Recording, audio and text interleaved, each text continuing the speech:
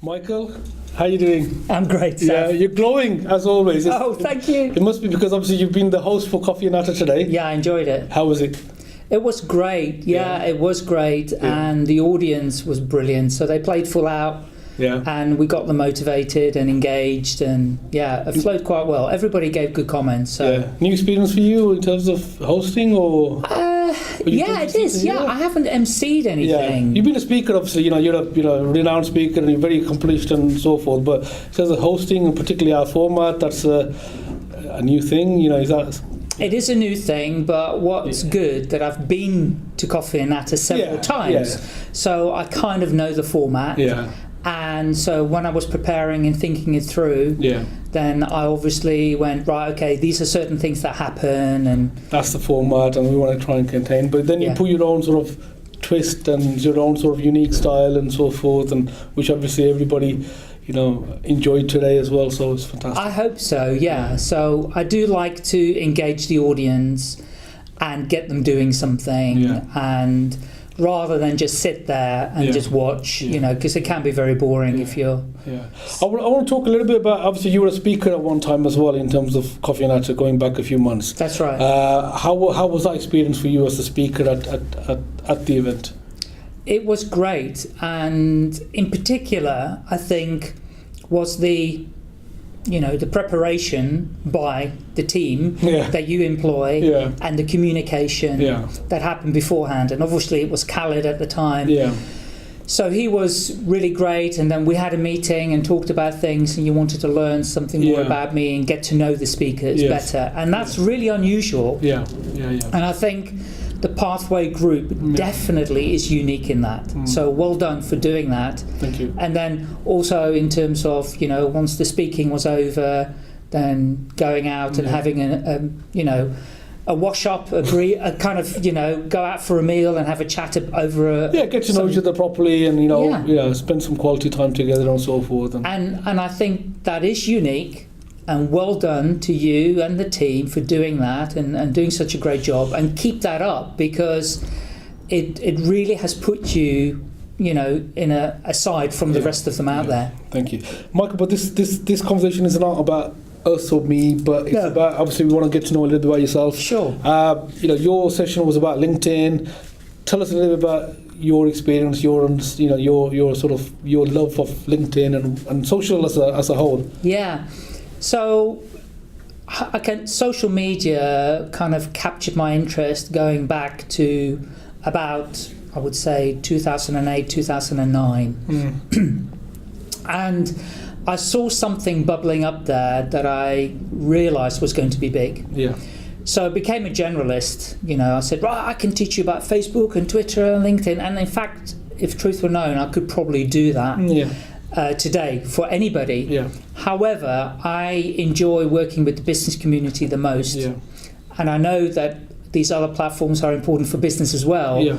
But LinkedIn, I felt, was the best one, had actually one of the most complex sites out there, but had a level of depth and a level of information that people were putting there about themselves that you could actually engage at a deeper level with somebody. So therefore I decided, because it was business to business, which I enjoy because that's where all my working experience has been, that I wanted to help people to leverage LinkedIn to their benefit and still realise that it's social, but it's also professional and it's business. So I kind of put my marker down there and specialised on LinkedIn. So I've been on LinkedIn since 2004, but I didn't take it seriously until 2009 when I started growing my network. Okay, fantastic. Michael, you've got a golden rule which I broke, and you sort of came back and sort of slapped me on the hand and says, you know what, watch it. Do you want to share that with us and just remind us? So the golden rule is to do with inviting people to connect on I'm going to interrupt here, but you have a unique style. I have a unique style. I'm just about to get there. Okay. And that is, when you send an invite on LinkedIn, most people press the connect button, and that fires off a standard invite that says, guilty. Please, would you join my network on LinkedIn? Right? and that's very impersonal. It still says something, but it's impersonal, and first thing people say, why do you want to connect to me, particularly if you send it to a stranger that you don't know or haven't met before. And this is what people are doing on LinkedIn.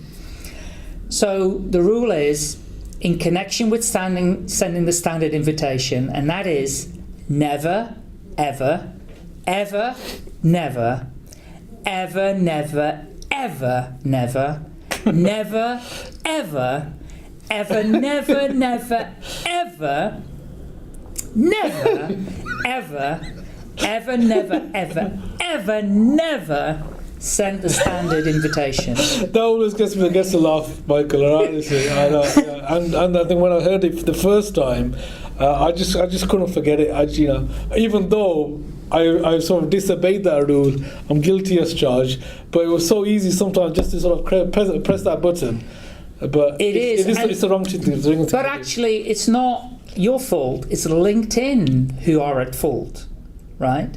Because they have set that connect button there, and what's their objective? They want to grow their network. Yeah. So they want to make it as easy for people as possible. But the personalization of it is, you have to press 3 dots on the mobile at the top of the profile. Yeah. Well, no one knows that it's behind 3 dots. Yeah. That you can then personalize it. People need to know about it, but LinkedIn aren't making it that easy for people. So it's natural. 99% of people just press the connect button. I get maybe 1 a month that is personalized. Wow. Everyone sends the standard one. Fact. But you get remembered and noticed if you send a personalized one. That's the message I'm trying to give to people. If you send a personalized one, people will remember you for longer. Yeah. Otherwise, you can just accept it, or people just sometimes, a lot of them do accept it, but they won't remember who you are or what you're about. And so exactly. Yeah. So really, thank you for sharing that.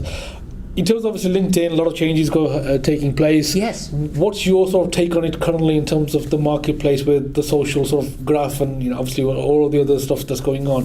Where is LinkedIn? I mean, obviously I'm personally a big sort of fan and supporter of LinkedIn and use it quite actively, but I just wanted your professional take really.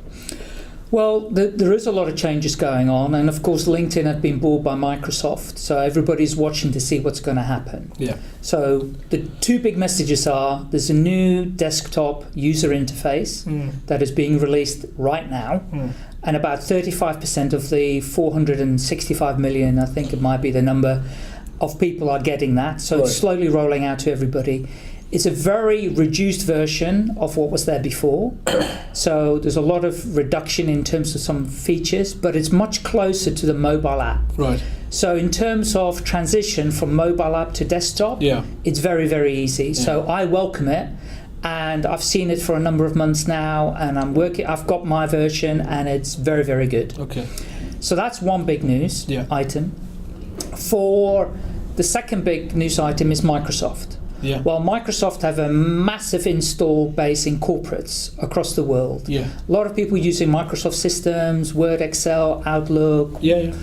Everybody. Everybody. Yeah. Well, I don't, because I'm a Mac user. Yeah. Okay. But so what's going to happen is there's going to be emerging, and you're going to see in Microsoft, you're going to see a lot more things that are LinkedIn based. Yeah. So inevitably, what will happen on your Outlook? Yeah.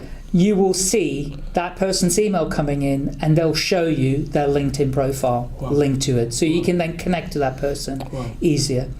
I haven't seen it happen yet, but inevitably it's going to happen. Yeah. Also, you're going to be able to, if you're using Excel or Word or PowerPoint and you want to learn how to do something, there's going to be courses that you can go to on LinkedIn, which is now called LinkedIn Learning. Used to be called lynda.com. When they bought lynda.com, it's now kind of merged into LinkedIn Learning. Right. And if you have a premium account, you can get that for free. Right. But that's going to merge into Microsoft as well. And then Microsoft have a CRM database which is called Microsoft 365. Inevitably, some of that data from LinkedIn is going to merge into that as well. So who knows what's ahead of us? Right. But it's going to be much more interesting to see how the 2 companies are going to merge things together. Okay, fantastic. Thank you for sharing that. Michael, I mean, I see a lot of more and more these days where there's people out there who are sort of commenting and putting things that may have not have been on LinkedIn before, and then there's people who come in and saying, well, actually, this is not Facebook. This isn't Facebook. This is LinkedIn. Yes. There's a whole audience there. What's your take on that in terms of? It's great. There are many of them now. Yeah. I mean, every single week somebody's commenting, Yeah. please, this is not Facebook. Yeah. The interesting thing is the people that are putting that up there, those Yeah. comments up there, are getting a huge amount of engagement. Yeah. Right? So they're going to put a picture up there saying, here's an irrelevant picture that Yeah. shouldn't be on LinkedIn. Yeah. And everybody jumps on that and goes, I agree, I don't agree, I agree. And you're getting, so from a strategy point of view to get engagement, it's a great comment to make Yeah. on LinkedIn at the moment. But I believe that the line between personal and business is Yeah. very blurred now on social. Right. Facebook Yeah. will become more business-like Yeah. in years to come. Yeah. You know, they will have, I mean, already Facebook groups, there are a lot of business groups out there, because actually Facebook are doing a better job on groups than LinkedIn are. Yeah. The Yeah. groups on LinkedIn are useless because everybody's just posting links to content. Yeah. There are no conversations happening, whereas in LinkedIn groups, Facebook groups, you are having these conversations taking place. And therefore, I think the lines are blurred. Yeah. You know, you are going to see more kind of personal things Yeah. coming through. And at the end of the day, if Yeah. we were really honest with ourselves, seeing a personal story about somebody Yeah.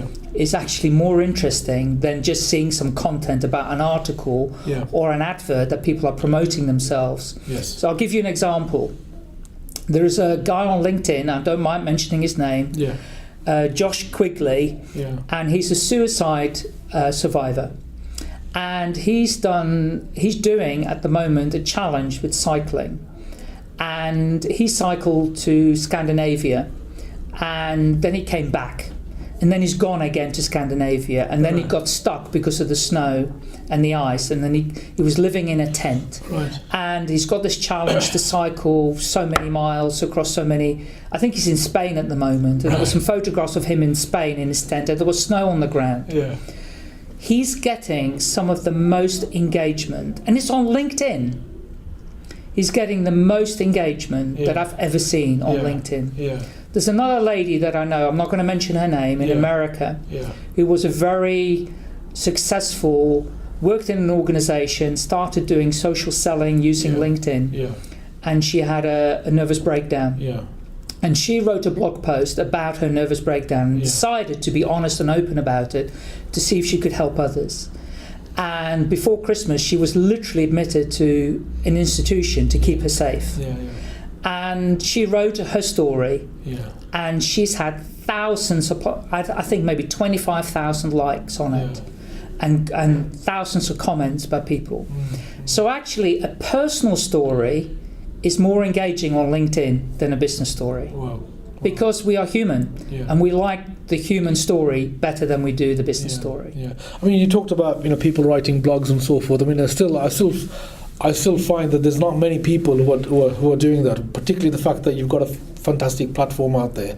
Again, it's like with most tools, we probably use only a small percentage of what's out there. So I just wanted you to sort of share some quick tips of somebody who isn't that active on LinkedIn. What sort of things can they do just to up their game a little bit? Yeah, I think I have a philosophy that I say to people, because the biggest challenge everybody has is time. Time, yeah.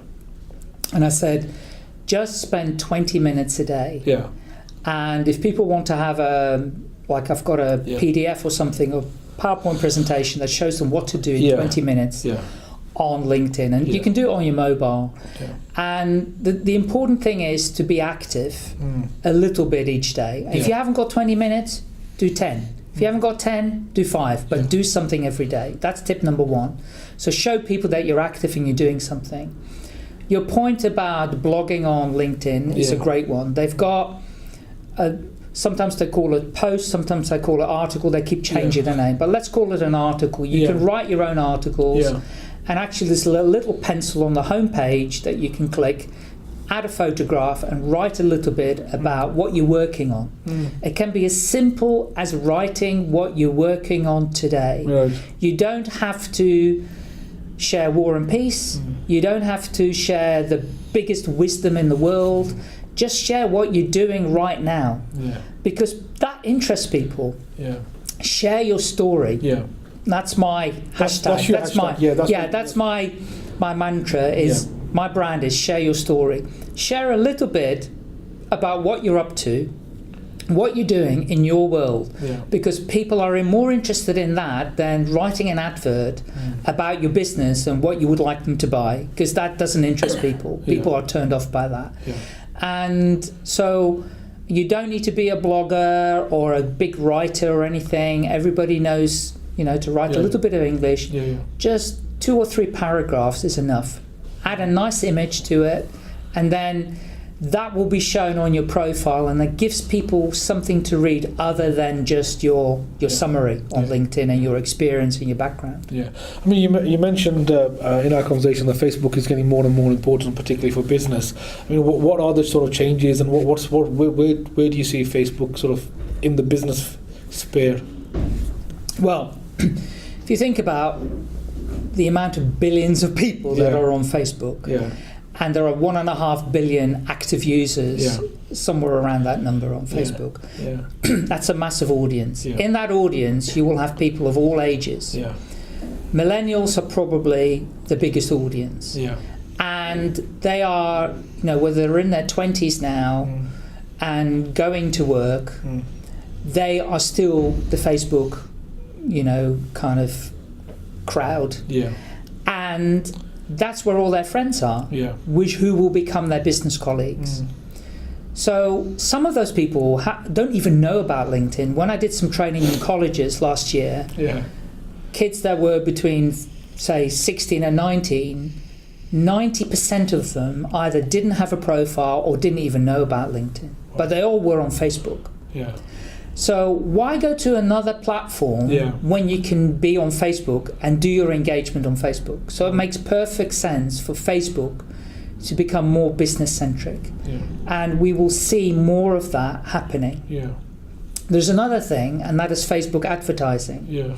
Facebook have made their advertising model really, really super cheap.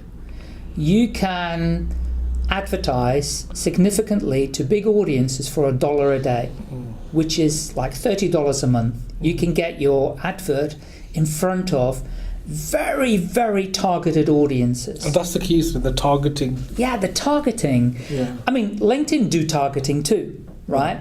But Facebook, you can be super targeted. So you can be putting adverts out there that are going on to people's news feeds.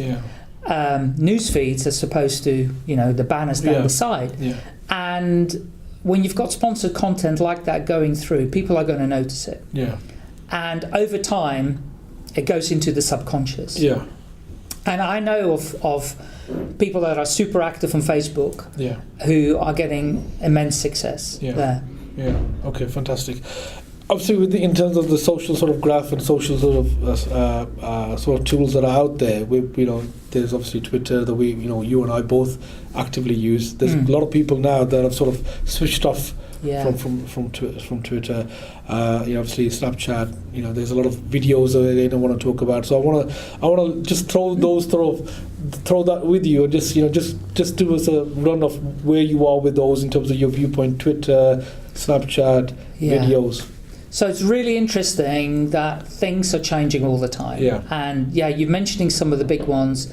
In Twitter, what's going to happen to them? I mean, I think their days are numbered, although a friend of mine, Richard Tubb... I hope so. I hope not. I mean, actually, I'm a big fan of Twitter. Richard Tubb tells me they've got enough money to last for, 15 years, So they've got plenty of money in the bank.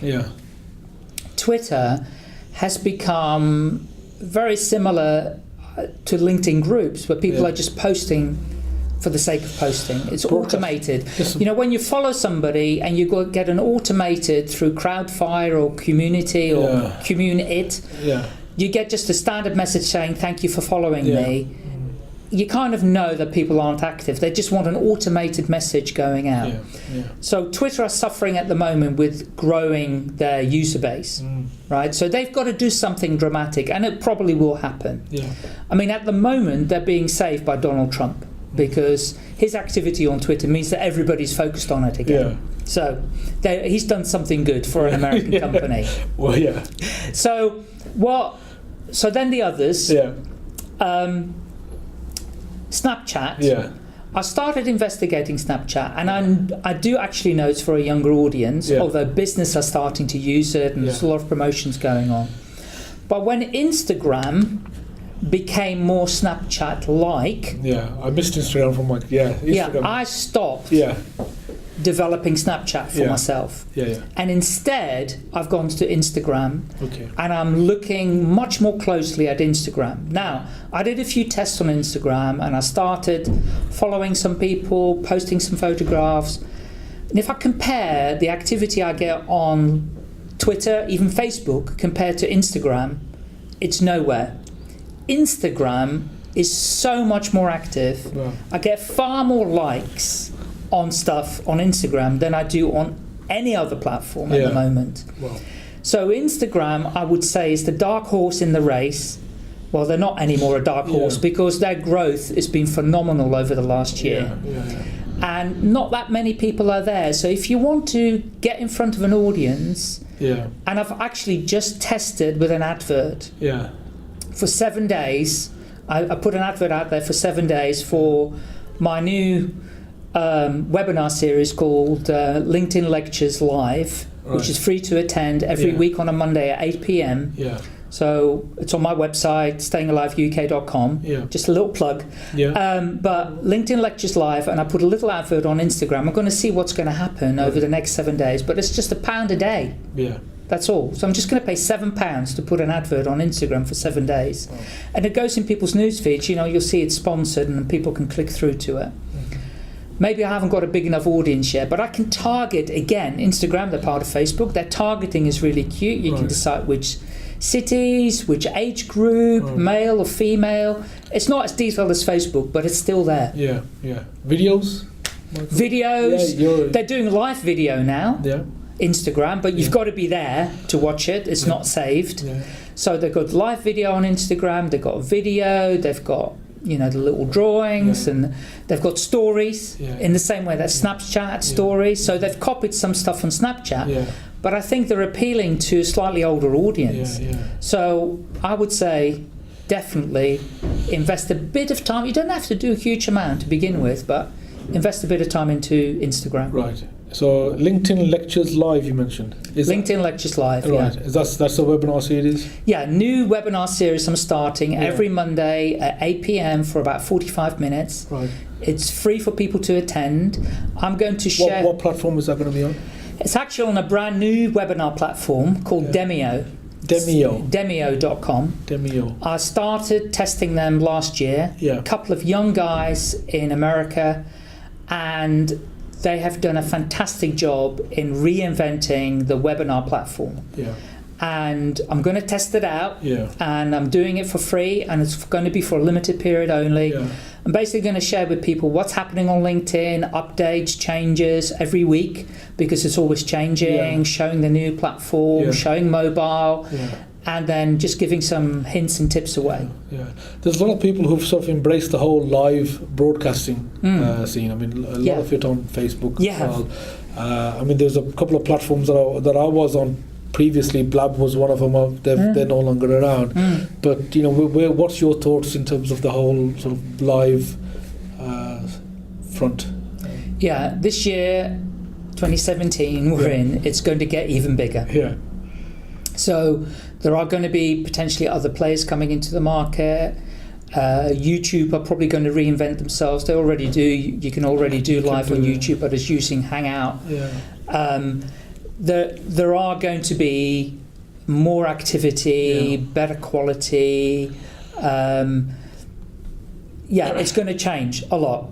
So I think people are jumping on it, and it might be getting a tad annoying to keep getting notifications to say such and such is live. And people are already going, well, I'll watch it later. because they know it's being saved. Yeah. Right? They'll go, if I remember, I'll go and watch it later. Yeah. Now, with Instagram, they're saying it's not being saved. You can't watch it later. You've got to watch it now. Yeah. So people are going to perhaps do that. Yeah. Yeah. Twitter are going to have to do more in that field, and in fact they are. Yeah. And of course, they've got Periscope. And Periscope is quite nice, actually. Yeah. I checked it out. I haven't done much myself, but I did check it out, and it looks quite nice. And you actually can watch Periscope on the desktop, which I think is also quite nice, or on your laptop. Yeah. It doesn't always have to be on mobile. Okay. So, as an engagement tool, I think people are going to do it more ad hoc, ad lib, just share a quick live video, what my thoughts are, and what I'm thinking about today. Okay. It will happen more and more. Michael, you mentioned your hashtag is share your story. Correct. You've given us a little bit of a story about Josh. You've mentioned this other lady as well. Just what's your general view in terms of business people, anybody that's looking to do a presentation or whatever along the lines of anything in terms of story? Just wrap up for us in terms of your view and why you sort of encourage people to share their story. Yeah, as any business is a brand. Yeah. Any individual is now a personal brand. Yeah. Therefore, everyone needs to share their story. Yeah. What I see happen on platforms like LinkedIn and even Facebook, people they talk in the third person. Yeah. They say, Michael is a renowned speaker, LinkedIn trainer, whatever.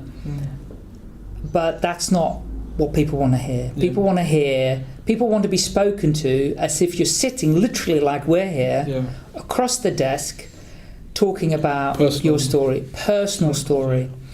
Once we get out of the way, when you go to a networking event like Coffee and Natter and you go, what do you do? And they go, what do you do? And you run out of business things to talk about. You'll go, where do you live? And have you got a family? Or where do you go on holiday? And what about your background? Where have you come from? How did you get here?